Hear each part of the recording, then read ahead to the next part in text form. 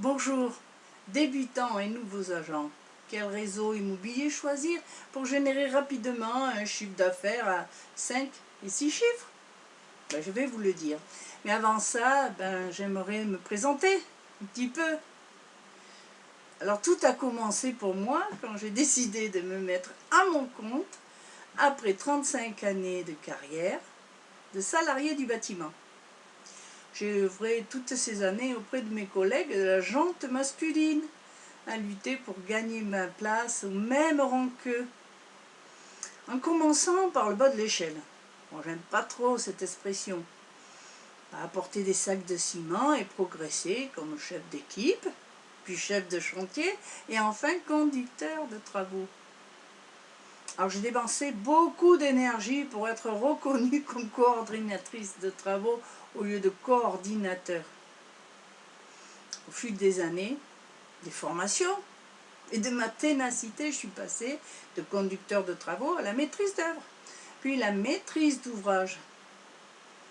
Bon, alors la maîtrise d'œuvre, conçoit les travaux. La maîtrise d'ouvrage les demande. C'est eux qui payent. Les entreprises les réalisent.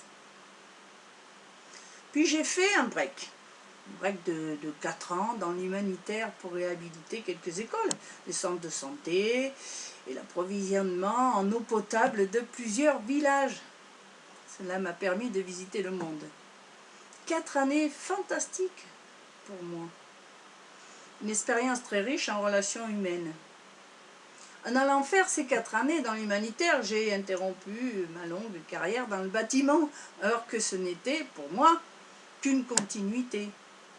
Mais la société à l'époque ne reconnaissait pas le travail dans l'humanitaire. De mes fastes années à travailler dans le bâtiment, j'ai connu des années beaucoup moins glorieuses de la réussite. À mon retour, il m'a été très difficile de retrouver un poste de salarié, qui plus est, près de chez moi. Après maintes recherches, et j'en ai fait des recherches, et en désespoir de retrouver mon ancien salaire, j'ai accepté un poste de responsable de patrimoine immobilier auprès d'une SEM, une société d'économie mixte. Alors fini le travail dans le privé. Là, on fait une entrée, et pour moi elle a été fracassante, dans le monde du travail public. Tout à fait différent. 1 an de cauchemar. Travailler dans le privé implique d'avoir les épaules larges quand vous occupez un poste à responsabilité, dès que vous êtes un petit peu chef. Dans le public, vous n'avez plus aucune latitude. Vous devenez un pion qui doit faire ce qu'on nous dit de faire sans prendre une seule initiative, à moins d'être autrement gradé. Et encore, c'est comme demander à l'ébéniste confirmé l'autorisation avant de prendre un bout de bois pour confectionner son meuble. Censé, non? Vous ne trouvez pas? Eh oui. Petit aparté pour vous expliquer la venue de l'ébéniste dans mon histoire. J'ai tout simplement essayé de débuter ma carrière professionnelle comme ébéniste, après ma formation professionnelle d'1 an. Alors j'étais jeune, pleine d'espoir, mais une femme. Et quand j'allais taper aux portes pour savoir si on pouvait m'embaucher, ils me disaient oui, on peut, pour faire la poussière. Bon, alors j'ai vite compris. À l'époque, il n'était pas commun de rencontrer une femme à ce poste. Mon expérience de travail dans le public m'a vaccinée, écœurée, avide de nouvelles initiatives et surtout chômeuse. Il a fallu très vite trouver un emploi. Alors c'est l'annonce d'un réseau immobilier recherchant des agents qui m'a conduite à ce joli métier d'agent immobilier. Pourquoi pas? Tout était pour le mieux, un job, à mon compte. Il ne restait plus qu'à gagner ma vie. Super! Bon, il m'a fallu 4 ans quand même pour trouver le bon réseau immobilier et gagner ma vie comme je l'entendais. Le réseau qui réponde à mes exigences. Le réseau qui soit à la hauteur de mes ambitions. Je me souviens de ma première année en tant qu'agent. Quelle difficulté à trouver mon premier client. Je ne savais pas comment commencer. J'étais dans un réseau censé me former. mais les quelques infos glanées lors du meeting hebdomadaire ne suffisaient pas. Je me suis retrouvée bien seule et bien dépourvue, car la bise fut venue. Non, non, non, ce n'est pas une fable, hein. C'est malheureusement une réalité. Heureusement, en parallèle, j'avais la casquette de courtier en travaux qui m'a nourri la première année, et puis aidé les autres années. À la fin de l'année, oust, dehors. Je ne suis pas assez rentable pour le réseau.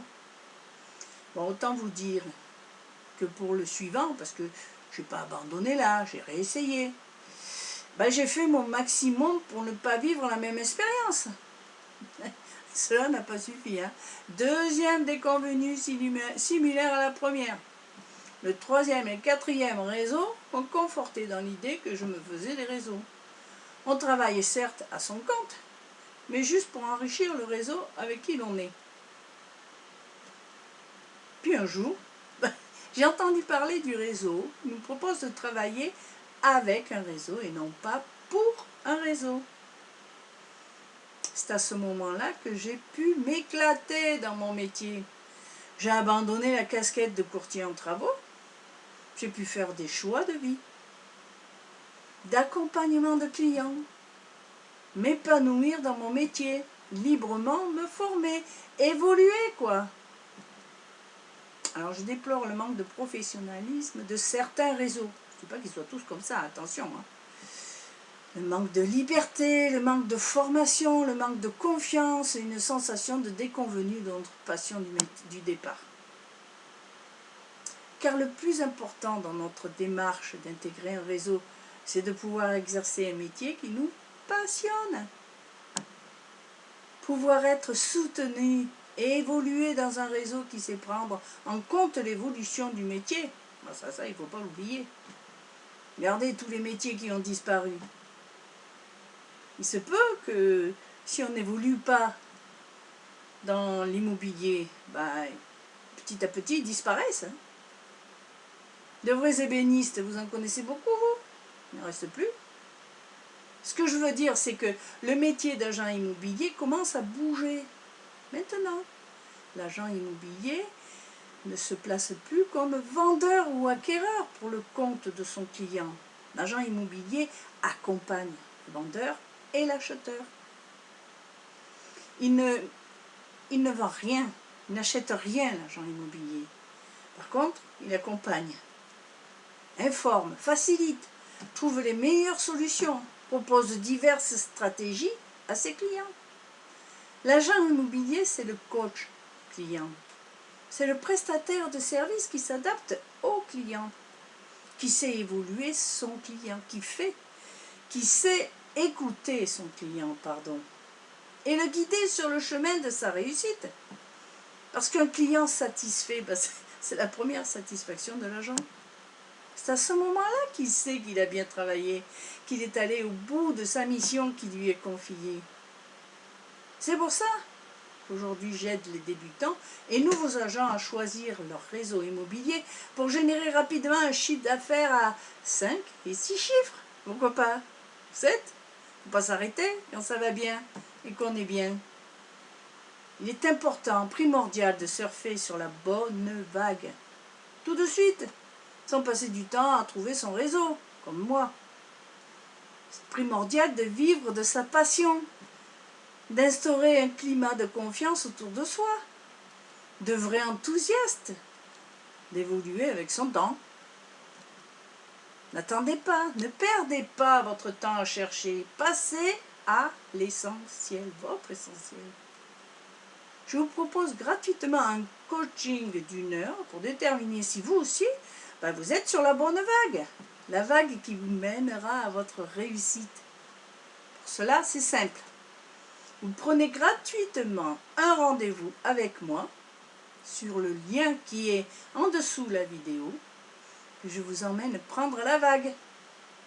Allez, au revoir.